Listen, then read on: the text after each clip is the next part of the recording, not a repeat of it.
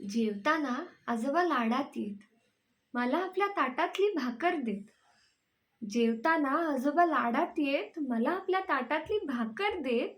जेवता जेवता मध्येच थांबून एक भला मोठा ढेकर देत. मी म्हणायचे रागवून, आजोबा, bad manners, what are you doing? आजोबांचं हसून उत्तर, आय एम जस्ट ढेकरिंग. आजोबांच्या खोलीत आता धुकं धुकं धुकं. आजोबांचं जग सगळं मुकं मुकं मुकं.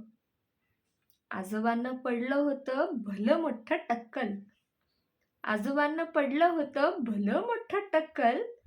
आजोबा म्हणायचे, ज्याला असं टक्कल त्यालाच असते अक्कल. मी खिजवून म्हणायचो, आजोबा, यमकासाठी घ्या आता बक्कल. आजोबा मोठ्यानं ओरडून म्हणत, अरे साल्या यमक्या, मला देतोस धमक्या. यमकांच्या या धंद्यामध्ये मी आहे खमक्या. आजोबांच्या खोलीत आता धुकं धुकं धुकं. आजोबांचं जग सगळं मुकं मुकं मुकं.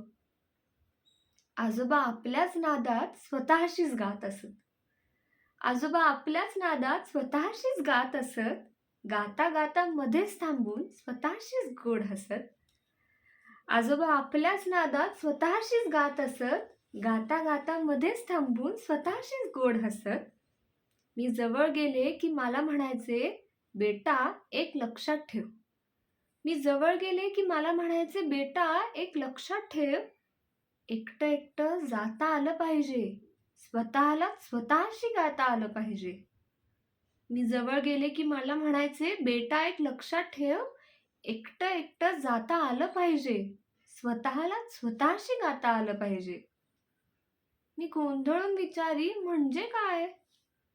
आजोबा हसून म्हणायचे, म्हणजे काय म्हणजे काय म्हणजे नाकात 2 पाय. आजोबांच्या खोलीत आता धुकं धुकं धुकं. आजोबांचं जग सगळं मुकं मुकं मुकं. आजोबा, एक गोष्ट विचारू? विचार बेटा. आजोबा, तुम्हाला मैत्रिणी होत्या का? वा वा, होत्या म्हणजे होत्याच की. एक ती अशी होती, दुसरी ती तशी होती. इतक्यात खोलीत आजी यायची. आजोबांची जीभ एकदम बोबडी व्हायची. आजोबा स्वतःला सावरायचे. चटकन विषय बदलायचे. घसा खाकरत म्हणायचे, बेटा, तुला गीतेमधला स्थितप्रज्ञ कसा असतो ठाऊक आहे का?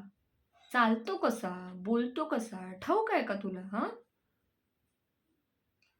आजोबांच्या खोलीत आता धुकं धुकं धुकं. आजोबांचं जग सगळं मुकं मुकं मुकं. आजोबा संध्याकाळी अंगणातल्या झाडाखाली आपल्या आराम खुर्चीवर एकटेच बसत. एकटक डोळे लावून दूर कुठेतरी बघत असत. दूर दूरच्या ढगात असत, कुठल्या तरी न दिसणाऱ्या जगात असत. पाय न वाजवता मी हळूच तिथे जाई. पाय न वाजवता मी हळूच तिथे जाई. त्यांच्या आराम खुर्ची मागे उभी राही. काय बघत असतील हे, मी दूर पाही. मला वेगळं काही सुद्धा दिसत नसे.